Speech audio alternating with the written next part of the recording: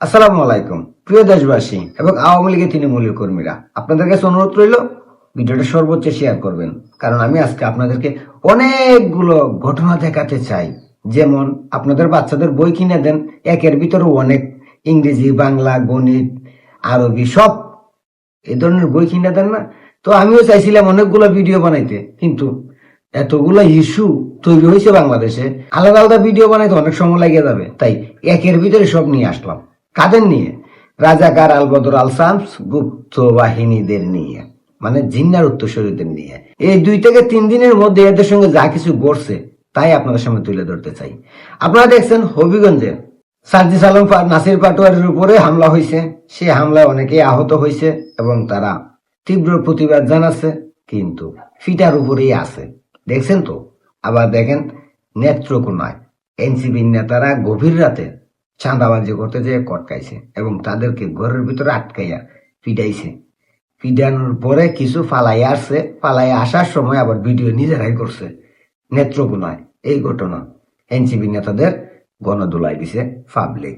আবার দেখেন যশোরের জামাতের 4 আসনের এমপি, তার মেয়ে অনন্যা আকাম করছে। আকাম বলতে কি, সে মদ, গাঞ্জা, ইয়াবা সহ বিভিন্ন ধরনের নেশা দ্রব্য পান করে কইরা মাদ্রাসা ছাত্রদের গায়ে হাত তুলছে, ওইখানে শিক্ষকদের পিটাইছে।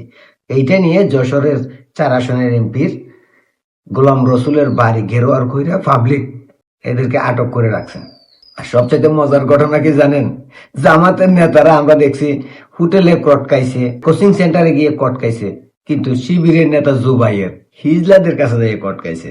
এই দেখেন, হিজলাদের সাথে গভীর রাতে বাইরে যুদ্ধ করতে যাইয়া জুবাইয়ের কট, মানে ওই হিজলাদের দিয়ে তার লিঙ্গ শুষাইছে। শুষানোর পরে ক্ষমতা দেখাইছে, আমরা জুলাই যোদ্ধা, আমি ডাকসুর নেতা, আমি শিবিরের নেতা বইলা ফাফট মারে চইলাইতে চাইছিল। আর ওই সময় হিজলারা ভিডিও ধারণ করে ফেলাইছে। দেখেন, এরা ধন শুষাইছে, শুষাইয়া টাকা না দিয়ে যাইতেছিল, ভিডিও করে ফেলাইছে। ভাই, এই রাজাকারদের হাত থেকে কেমনে বাঁচবেন আপনারা বলেন? হবিগঞ্জে তোরা গেছস জুলাই পদযাত্রা করতে, তো জি.কে. গাউসকে গালি দেওয়ার কি দরকার? জি.কে. গাউসের মতো মানুষটাকে হুমকি দেওয়ার কি দরকার? ভাই, আওয়ামী লীগ 17 বছর ক্ষমতায় ছিল, আমার বয়সে আমি দেখি নাই জি.কে. গাউসকে আওয়ামী লীগের কোন নেতা কর্মী গালি দিতে, হুমকি দিতে, আমি দেখি নাই।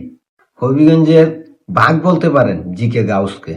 সে জি.কে. গাউসকে তোরা হুমকি দাম কি ওপেন স্টেজ বানাইয়া, তো তোদেরকে কি সুম্মা দিব না ফেদানি দিব? আবার নেত্রকোনায় গভীর রাতে মানুষের বাড়ি চাঁদাবাজি করতে গেলি, ওইখানেও গণদুলাই গিয়ে ফালাই আইলি। যশোরের 4 আসনের এমপি গোলাম রসুলের মেয়ে অনন্যা মদ, গাঞ্জা, ইয়াবা খাইয়া মাদ্রাসা শিক্ষকদের ফিটাইছে, ছাত্রছাত্রীদের ফিটাইছে। আর জুবাইয়ের, সে তো হিজলার সঙ্গে কটকাইয়া বইয়া রয়েছে। এ হলো রাজাকারদের আর রাজাকারের নাতিপতিদের কর্মকাণ্ড। আমি বলছিলাম না যে বাংলাদেশের মানুষ এদেরকে এমন ফিটাইবে, এরা ফালানোরও জায়গা পাবে না, দাঁড়াইবারও জায়গা পাবে না, এদের অস্তিত্বও বাংলাদেশে থাকবে না। কারণ এরা যে দেশদ্রোহী, জঙ্গি, পাকিস্তানের উত্তরসূরি, জিন্নার উত্তরসূরি, রাজাকারের বীজ, এটা মানুষ বুঝতে পারছে এখন। আমি বলছিলাম আগে, আর এখন বুঝতে পারছে। আর তাই তাদের কাউন্টডাউন শুরু, আর পালানোরও রাস্তা খোঁজা শুরু। এদের পালাবে, তবে পালাইতে দিয়েন না, কারণ এরা দেশের শত্রু, জাতির শত্রু, সমাজের শত্রু, সার্বভৌমত্বের শত্রু। এরা টাকার জন্য দেশটারে ছিন্ন বিচ্ছিন্ন করে দিছে, দেশটারে ধ্বংস করে দিছে। এই শত্রুদের যদি পালাইতে দেন, তাহলে এরা বিদেশে গিয়েও এই দেশের বিরুদ্ধে চক্রান্ত করবে, ষড়যন্ত্র করবে এই দেশটাকে ধ্বংস করে দেওয়ার জন্য। তাই এদেরকে পালানোর সুযোগ দেওয়া যাবে না। যেখানেই পাবেন সেখানেই তাদেরকে আটক করবেন, করে এদেরকে বুঝিয়ে দিবেন বাঙালি কি জিনিস।